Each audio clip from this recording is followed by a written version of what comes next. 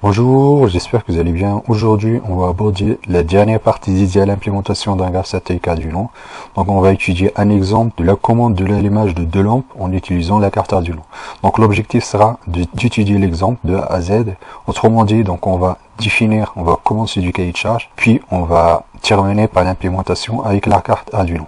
Donc, l'objectif de l'exemple, donc, on dispose de deux interrupteurs et deux lampes. Donc, lorsqu'on appuie sur l'interrupteur 1, donc on va allumer la lampe 1, lorsqu'on va appuyer sur l'interrupteur 2, donc on va allumer la lampe 2. Donc lorsque la lampe 1 est allumée, donc il faut ouvrir l'interrupteur 1, quelle que soit la position de l'interrupteur 2. Et lorsque la lampe 2 est allumée, donc il faut ouvrir l'interrupteur 2, quelle que soit la position de l'interrupteur 1. Donc l'état global du système, donc il peut y avoir qu'une seule lampe qui est allumée à la fois. Par exemple, lorsqu'on va appuyer sur deux interrupteurs en même temps, dans ce cas-là, donc il y a la lampe 1 et la lampe 2 qui sont éteintes. Donc on va passer maintenant à la définition des entrées et des sorties. Donc la première étape de la conception d'un graphe sat, c'est la définition des entrées et des sorties, donc à partir du cahier de charge. Donc là, on dispose de deux interrupteurs. Donc il y a l'interrupteur 1 et l'interrupteur 2, ce sont des entrées de type tutoriel, parce qu'il n'y a que deux positions, soit ouvert, soit fermé.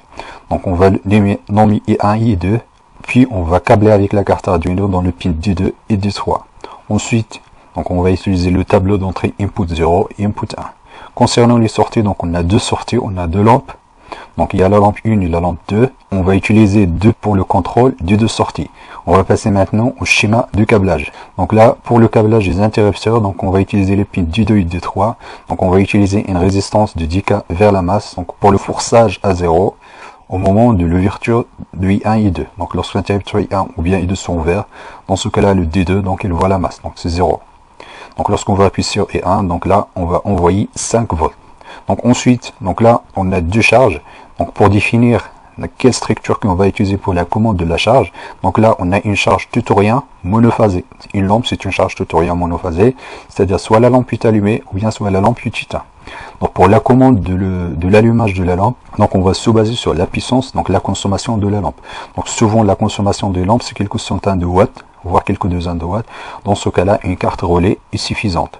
Donc on verra tout à l'heure quelques cartes relais. Donc il y a des cartes relais de 10 ampères, 250 volts. Donc là, on va utiliser deux interrupteurs de la carte relais pour commander les deux lampes d'une façon indépendante. Donc là, il y a des exemples de cartes relais. Donc il y a une carte relais ici avec une seule voie. Donc on voit ici, c'est souvent 10 ampères, 250 volts. Donc là, c'est 4 voies. Donc là, c'est 3 voies. Donc là, c'est plus de 8 voies. Donc là, dans notre besoin, on a besoin uniquement d'une carte relais à 2 voies. Donc soit on utilise une carte relais à 3 voies ou bien 4 voies. Donc on va passer maintenant à la conception du graphe sat. Donc concernant la conception du graphe sat, donc l'état initial, donc la lampe 1 et la lampe 2 doit être éteinte. Donc ici, donc l'étape initiale, donc la lampe 1, c'est-à-dire les interrupteurs 1 et l'interrupteur 2 ici, du carte relais doit être dans la position ouverte. Autrement dit, ici, on doit envoyer un signal de 0 logique dans les pins D5 et D4. Donc ensuite, donc on a deux configurations. Donc lorsqu'on va appuyer sur I1 et I2 doit être dans la position ouverte. Dans ce cas-là, donc on va allumer la lampe 1, puis on va éteindre la lampe 2. Puis on va attendre l'ouverture de l'interrupteur 1. Donc la lampe reste allumée tant que l'interrupteur 1 est allumé. Lorsqu'on va ouvrir l'interrupteur 1, dans ce cas-là, on va passer à l'étape initiale. Donc la même chose ici, donc lorsqu'on va fermer l'interrupteur 2 et l'interrupteur 1 est ouvert, dans ce cas-là, donc on va éteindre la lampe 1, puis on va allumer la lampe 2. Puis on va attendre donc l'ouverture de l'interrupteur 2. Donc lorsque l'interrupteur 2 est ouvert, quelle que soit la position de l'interrupteur 1. Donc la lampe 2 ne sera éteinte que à l'ouverture de l'interrupteur 2. Donc lorsqu'on ouvre l'interrupteur 2, donc, du coup on va repasser à l'étape initiale. Donc là, on va passer maintenant à la troisième partie, c'est l'implémentation du graphe sat avec Arduino. Si vous avez bien assimilé les dernières fonctions, donc là, on va juste faire un assemblage des 5 fonctions. Dans le setup, donc on va utiliser la fonction d'initialisation initstate, input-output. Donc on verra tout à l'heure, il y a quelques modifications à apporter dans cette partie-là. Donc ensuite, concernant la boucle principale, donc ça, c'est exactement les règles d'évolution d'un graphe sat. C'est-à-dire, on va activer les sorties présentes. Ensuite, on va lire les entrées, puis on va calculer les transitions, puis on va mettre à jour les étapes. Donc ça, on va le mettre dans la boucle while. Donc on verra dans la suite comment faire des temporisations Donc là, c'est juste la lecture des entrées, l'activation des sorties, c'est-à-dire c'est des fonctions que nous ne consommons pas en temps d'exécution. Donc on va passer maintenant, il y a des petites modifications à apporter dans la partie initialisation. Ensuite, dans la partie des sorties, donc l'activation des sorties. Donc là, on va faire la définition, le nombre des étapes, le nombre des entrées, le nombre des sorties, de transition. Donc ensuite, dans la partie initialisation, donc là, on a juste besoin du pour serré pour observer donc les états du lampe. Normalement, dans le programme principal, donc il ne faut pas utiliser le pour serré. Donc là, on va juste faire appel à la fonction d'initialisation. Ensuite, dans la boucle principale, donc il faut faire appel aux fonctions, l'activation des sorties, la lecture des entrées, le calcul de transition. Ensuite, la mise à jour des étapes. Donc cette partie-là, c'est juste pour affichage. Donc cette partie-là, normalement, ne sera pas disponible dans la version finale du programme.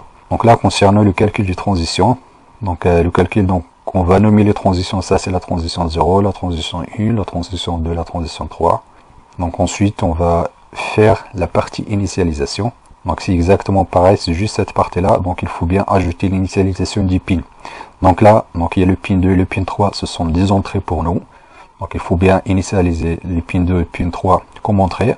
Ensuite, les pins 4 et les pins 5, ce sont des sorties. Donc il faut ajouter ça à la fonction d'initialisation. Donc le reste, ça va être pareil que la dernière fois. Concernant les sorties, si on est dans l'étape 0, donc on va éteindre les deux lampes. Si on est dans l'étape 1, on va allumer la lampe 1, puis on va éteindre la lampe 2. Si on est dans l'étape 2, dans ce cas-là, on va éteindre la lampe 1, puis on va allumer la lampe. Ensuite, on va faire la mise à jour des sorties de cette façon-là. Ensuite, donc on va transférer l'état du tableau. On va transférer l'état du tableau vers le pin. Donc ça, c'est juste le calcul. Donc la première partie de la fonction, c'est juste le calcul du tableau. Donc ensuite, donc cette partie-là va permettre de transférer donc l'état de tableau vers les pins digitales, donc les pins de sortie. Donc ensuite, concernant les entrées, on a uniquement deux entrées. Donc il y a l'entrée 2 et l'entrée 3. Concernant les transitions, donc là les transitions, donc la transition 0, c'est l'étape 0 AND, input 0 AND. Quand vous voyez par exemple des réceptivités avec des conditions logiques lorsqu'il y a le bar, par exemple il faut que input 0, input 1 égale à 0, dans ce cas on met du point d'exclamation. Donc là on va revenir au graphe 7. Donc ici, donc le input 0 AND not input 1 et l'étape 0. Donc ça c'est la transition 0.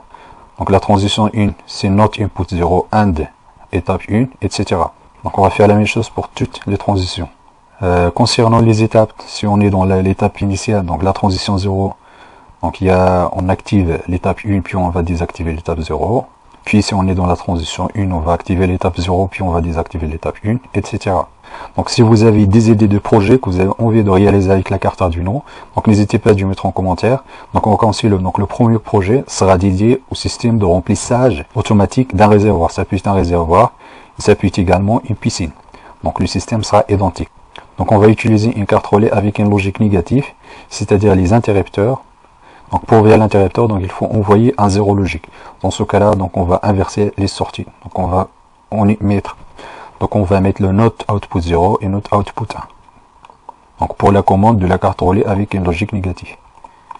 Donc là, on va compiler notre programme, puis on va transférer le programme. Donc on se retrouve dans la partie test. Donc on se retrouve dans la partie test de la carte. Donc on va utiliser une carte relais avec 8 voies. Donc pour l'utilisation de la carte relais, donc il y a la partie puissance, c'est l'endroit où il y a les relais et les contacts. Donc on voit ici, c'est des contacts à 3 positions. C'est hyper pratique par exemple pour le changement pour changer le sens de rotation par exemple d'un moteur, on n'a besoin que de deux contacts avec 2 positions.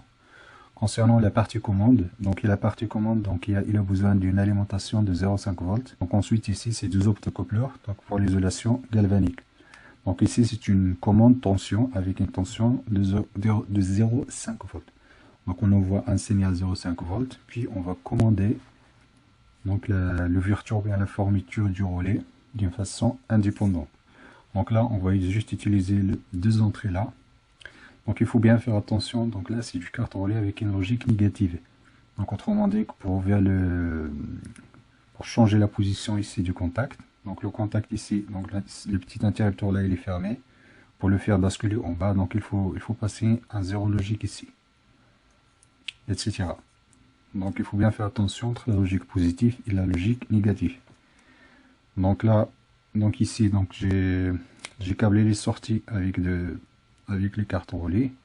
Concernant nos entrées et nos interrupteurs, donc là je vais juste utiliser, donc je commandais avec une entrée avec 3,3 volts de la carte Arduino. Les pins digitales de la carte Arduino sont compatibles 3,3 volts. Donc là on va utiliser le 3,3 volts et la masse, donc pour inverser donc là qu'on voit ici, donc j'ai envoyé dans le pin, donc ici il y a le pin 2 et le pin 3. Le pin 2 j'ai mis 3,3 volts, donc le pin 3 j'ai mis la masse. Donc ensuite là, donc je vais inverser les deux pins. Voilà. Voilà. En fait là je mets la masse. Et là c'est le 3,3 volts. Vous voyez ici donc les deux sorties sont éteintes. Donc là je vais mettre 3,3 volts. Donc là il y a le contact qui est fermé. Pour éteindre la lampe, donc il suffit que je mette le 0 volt. Voilà, je mets 0 volt. Je mets le 1. Pour inverser les deux, donc il faut que je passe le 3,3 vers le 2. Ensuite, je mets les autres pins à la masse. Voilà. Donc on voit ici donc le concept du graph 7, donc c'est plus pratique. J'espère que vous avez bien compris la notion du graph 7.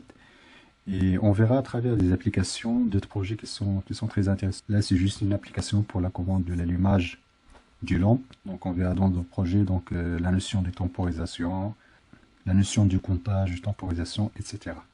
Je vous remercie de votre attention et à la prochaine vidéo.